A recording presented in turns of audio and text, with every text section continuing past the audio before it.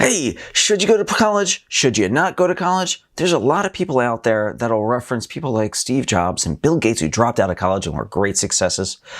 But what I want to talk about is why college is a great opportunity for many people. But most importantly, I'm also going to tell you at the end of the video some areas where you may not actually get value out of college.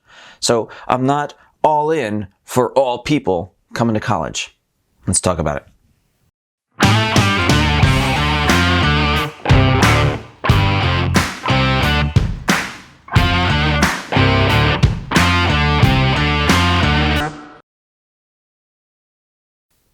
Hey, yo, and what's up, tribe? Today, I want to talk about college and university and why it is good for you and how you can make the most out of it. There's a lot of pundits out there that might say that you don't need to go to college, and they'll talk about Steve Jobs and Bill Gates. Elon Musk has often said that you don't need college. You can learn everything on LinkedIn Learning or YouTube, and they are absolutely correct. So what I'm going to talk about today is how you can make the most out of college, because there's certain things that college offers you that you cannot get in an online learning environment. Okay, so first thing about college, and I think this is one of the most important, especially when you're comparing to learning from books and from YouTube, is that you get to interact with your university professors. I won't say that all university professors are great. Some university professors are fantastic researchers and they may not be so strong in the classroom, but not all of them. A lot of professors are also people who have gone out and done the work that they are teaching. And I've often said that if you want to truly master something, you should go teach it. That's what happened with me, and that's how I feel I've truly mastered a lot of my crafts. Those professors are going to be able to talk to you about what it's actually like in the real life, in the real world, and when you're really on the job, and how it might be different than in the classroom. This is super important when you manage your expectations for when you actually get out there. We're also talking entrepreneurs that have probably started working for themselves and can give you advice on some of the pitfalls therein. So find a university professor that can mentor you and engage them. Equally important is if you're at a college like where I teach at the University of Florida and they have online classes but that you can also still go to, don't watch those recordings. Actually go to the class, because online you can't ask a question right away, maybe on a discussion board, but what you really want to be able to do is ask that question in class. Be the inquisitive idiot, because that is what's important to being able to learn. 2, you get to create deeper social connections. One of the things that I've noticed, especially in 2020 when we went to an all online situation, is that there were social connections that were missed before and after class. Some of it was with students being able to engage with me, but really it was the students who chattered before classes, who made friends, who discovered what else was going on in the university. Those friendships had continued after graduation. I have the privilege of some students inviting me in on social media, and I get to see them grow, and I get to see them grow with their peers that were in class. And for me, that's very rewarding, but for them, these social connections are very critical to that early development in the business world, whether they're getting into jobs just for themselves and getting into their own business, or whether they're looking to eventually move up the ranks to become senior management at a large company. 3. Related to that, deeper social connections are the opportunities to join clubs and do sports. And I'm not necessarily talking NCAA sports or the big sports that you might see on TV for collegiate. A lot of universities and colleges will also do club sports. Now, let me tell you something. If you're doing club sports, that's going to look very attractive on some early job applications, because it's going to show that you're competitive. If not, it's at least going to develop that competitive environment and that competitive spirit that's going to benefit you, whether you're going into a job or a career or you're looking to start your own business. In the end, we're all in this competition of life, and I want to make sure that you guys succeed. But there's also clubs, both social organizations and professional organizations, and I encourage you to join both. Fraternities and sororities aren't for everyone, but they do have their value. But there's also professional sororities and fraternities, such as Pi Sigma Epsilon, which is a fraternity for those, and fraternity, by the way, can be men or women.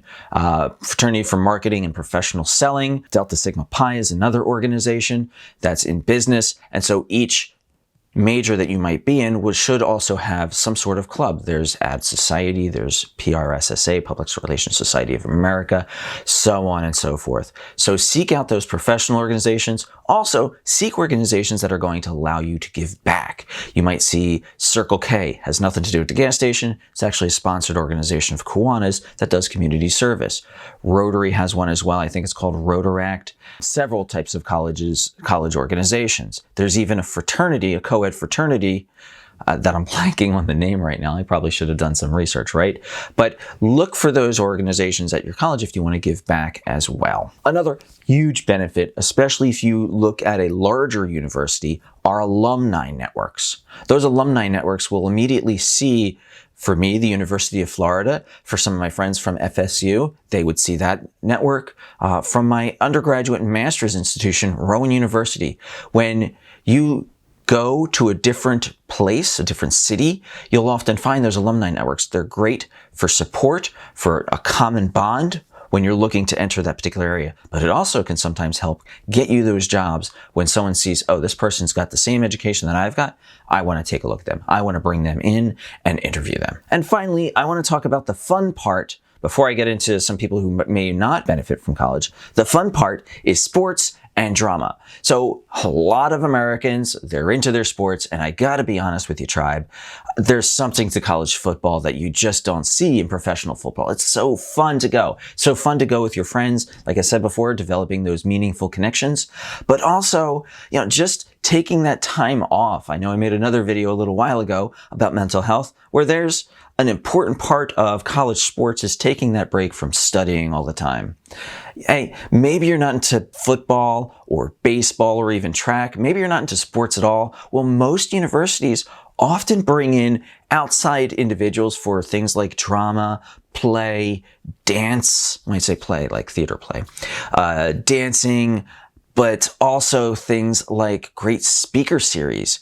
I'm sure universities as big as University of Florida has had people such as Barack Obama, Michelle Obama, Donald Trump Jr., Melania Trump, and we're talking big people. Yes, I did intentionally just try to keep that on both sides so you could see that.